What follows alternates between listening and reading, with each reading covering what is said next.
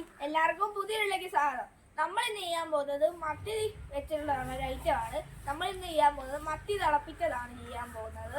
ഈ വീഡിയോ ഇഷ്ടപ്പെട്ടാൽ ലൈക്ക് ചെയ്യുക, ഷെയർ ചെയ്യുക, സബ്സ്ക്രൈബ് ചെയ്യുക, ബെല്ലടിക്കുക. നമുക്ക് നേരെ വീഡിയോയിലോട്ട് പോവാം. ഈ മത്തി തിളപ്പിച്ചത് ഭയങ്കര സിമ്പിളാണ്. നമ്മൾ ഈ മീൻകറിയൊക്കെ ഉണ്ടാക്കുന്ന പോലെ തന്നെയാണ് കേട്ടോ.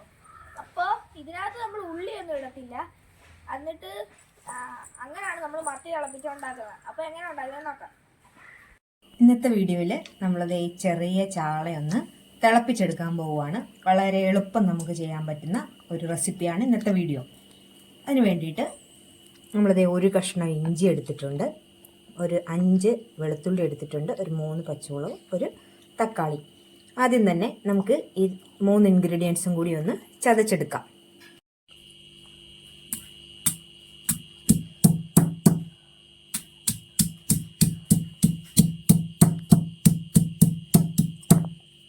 ഇത് നമുക്ക് ഇഞ്ചിയും വെളുത്തുള്ളിയും അതുപോലെ തന്നെ പച്ചമുളകും ഒന്ന് നമുക്ക് കല്ലിലൊന്ന് ചതച്ചെടുക്കുവാണ്.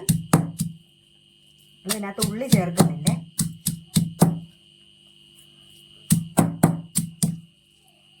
ഇത് നമ്മൾ നന്നായിട്ട് ചതച്ചെടുത്തിട്ടുണ്ട്.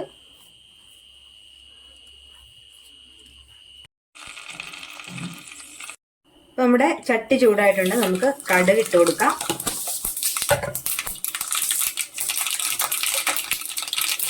കടുക് നന്നായി പൊട്ടി വരുന്ന സമയത്ത് നമ്മൾ ഉലുവ കൂടിയിടുവാണ്.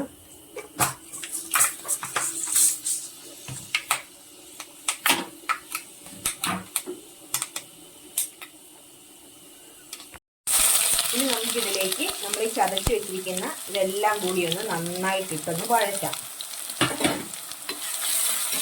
നല്ലവണ്ണം വഴറ്റാം.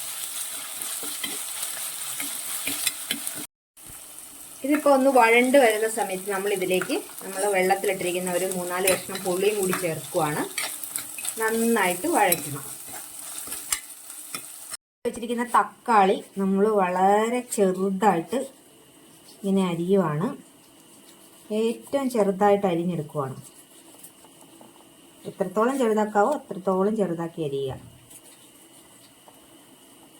ഈ അരിഞ്ഞ തക്കാളിയും കൂടി നമ്മൾ ഇതിന്റെ കൂട്ടത്തിലിട്ട് നന്നായിട്ട് വഴറ്റുവാണ്.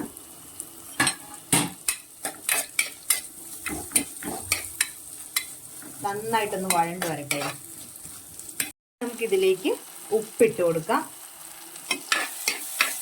നന്നായിട്ട് വഴണ്ട് വരണം. അതിനുശേഷമാണ് നമ്മൾ ഇതിലേക്ക് മഞ്ഞൾപ്പൊടിയും മുളക് പൊടിയും ചേർക്കുന്നത്.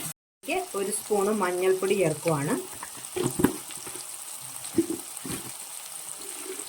ഇതിനകത്ത് മല്ലിപ്പൊടിയൊന്നും നമ്മൾ ചേർക്കുന്നില്ല, മുളക് പൊടി മാത്രമേ ചേർക്കുന്നുള്ളൂ. അപ്പം എരിവനുസരിച്ച് നല്ലവണ്ണം മുളക് പൊടി ചേർക്കുക. ഒരു 2.5 സ്പൂണ് മുളക് പൊടി ഞാൻ ചേർക്കുന്നുണ്ട്.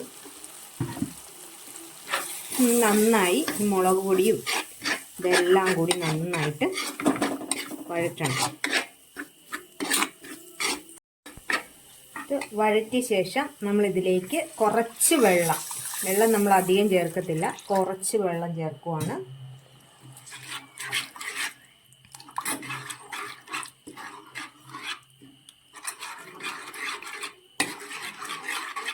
നന്നായിട്ട് തിളച്ചിട്ടുണ്ട്. നമുക്ക് കറിവേപ്പില ഇട്ട് കൊടുക്കാം. പിന്നെ അതിന് ശേഷം നന്നായിട്ട് തിള വന്ന ശേഷം നമ്മൾ ഈ എടുത്തു വെച്ചിരിക്കുന്ന ഈ മത്തി ഇവിടെ നമ്മൾ കഴുകി വൃത്തിയാക്കി വെച്ചത് ഒന്ന് നല്ലവണ്ണം ഒന്ന് പിഴിഞ്ഞിട്ട് അതിലേക്ക് ഇടുവാണ്. മത്തി നമുക്ക് പിഴിഞ്ഞിടാം നല്ലവണ്ണം, വെള്ളം ഒട്ടുമില്ലാതെ. ഈ മത്തിയെല്ലാം ഒന്ന് ജസ്റ്റ് ഒന്ന് മുങ്ങി 1-2 തിള തിളച്ച് കഴിയുമ്പോഴേക്കും ഇത് റെഡിയാവും. വലിയ ചാറൊന്നുമില്ല, നല്ല രുചിയുള്ള കറിയാണ്. അപ്പോൾ ഇതൊന്ന് എല്ലായിടും ഒന്ന് നമ്മുടെ ഈ ഉള്ള ചാറിൽ ഇതിനെ മുക്കി വെക്കണം.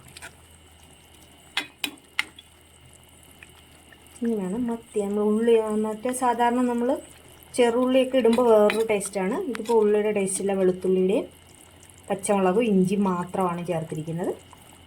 മല്ലിപ്പൊടിയൊന്നും ചേർക്കത്തില്ല. അപ്പോൾ ഇനി ഇതൊന്ന് നന്നായിട്ടൊന്ന് തിളച്ചപ്പം. അപ്പോൾ നമ്മുടെ കറി ഇവിടെ റെഡി ആയിട്ടുണ്ട്. നമ്മളൊരല്പം കുറച്ചുകൂടി ചാറ് പറ്റിയാലും കുഴപ്പമില്ല. ഉണ്ടോ, നല്ല അടിപൊളി ടേസ്റ്റാണ്. എല്ലാവരും ഇതുപോലെ ഒന്ന് ചെയ്ത് നോക്കണം. നിങ്ങളുടെ വീഡിയോ ഇഷ്ടമായെങ്കിൽ ലൈക്ക് ചെയ്യുക, ഷെയർ ചെയ്യുക, അതുപോലെ തന്നെ സബ്സ്ക്രൈബും കൂടി ചെയ്യുക. അടുത്തൊരു വീഡിയോയുമായി വീണ്ടും കാണാം.